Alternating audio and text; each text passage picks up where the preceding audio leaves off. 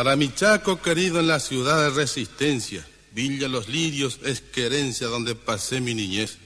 Mis versos aquí cantaré al barrio que quiero tanto, porque conserva el encanto y dulzor del chamamé.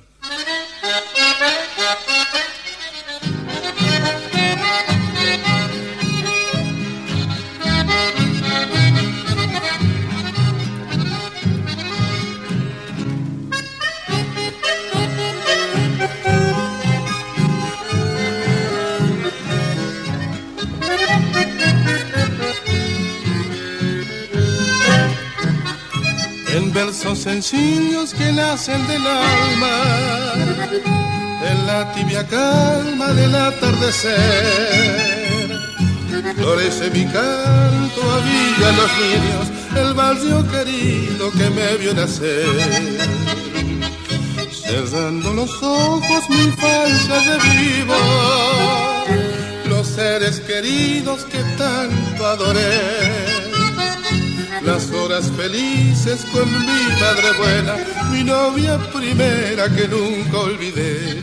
Villa Los Lirios, rincón florido, el dulce nido de mi niñez. Serás por siempre barrio querido, refugio tibio en mi vejez.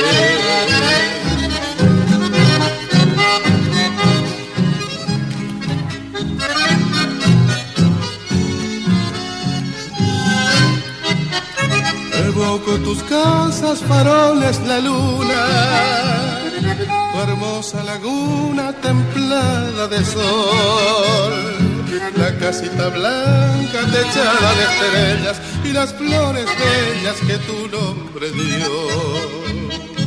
La cruz solitaria, mojón de un recuerdo, talar y potrero que el tiempo borró. Paredes de lona, la humilde escuelita, fogón de la cita con la tradición. Villa Los Lirios, rincón florido, el dulce nido de mi niñez. Serás por siempre barrio querido, refugio tibio en mi vejez.